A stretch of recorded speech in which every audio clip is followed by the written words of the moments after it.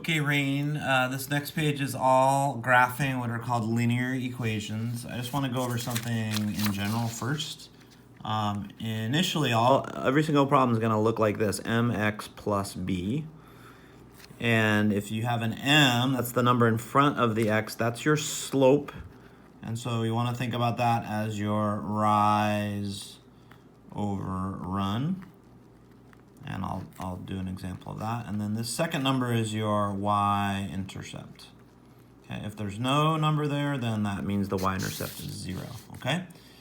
So this first one, again, I don't have graph paper. Graph paper makes it really easy, but there's no y-intercept. There's no second number here, so that means that you're gonna start at the origin, and you're gonna go down 5 over 1. So 1, 2, 3, 4, 5 over 1. And really all you need to do is 2 points, but you can do a couple more if you want. That would be your equation, down 5 over 1, starting at the origin, all right? The second one, again, there's no y-intercept, so that means that I'm just gonna start at 0, 0. This one means I'm gonna go up 1 over 4, so count up 1 over 4. If you do this on graph paper, you can literally count the squares. Up 1 over 4 would be like that, and you're gonna connect the dots. I'm doing this kind of sloppy, but you should kind of take out a ruler and do that carefully and do it on graph paper. All right, this one we talked about on the last page. If you have a y equals formula, it means that all the y's are the same. So go up to y equals 5 and pick a few other points whose y is 5. And you really only need 2 of these, but if I do a few, you can see it's horizontal. So that's what y equals 5 looks like. X equals -6.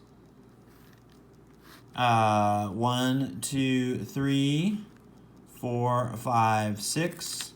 Here's a point where x equals 6. Here's another one. Here's another one. Here's another one.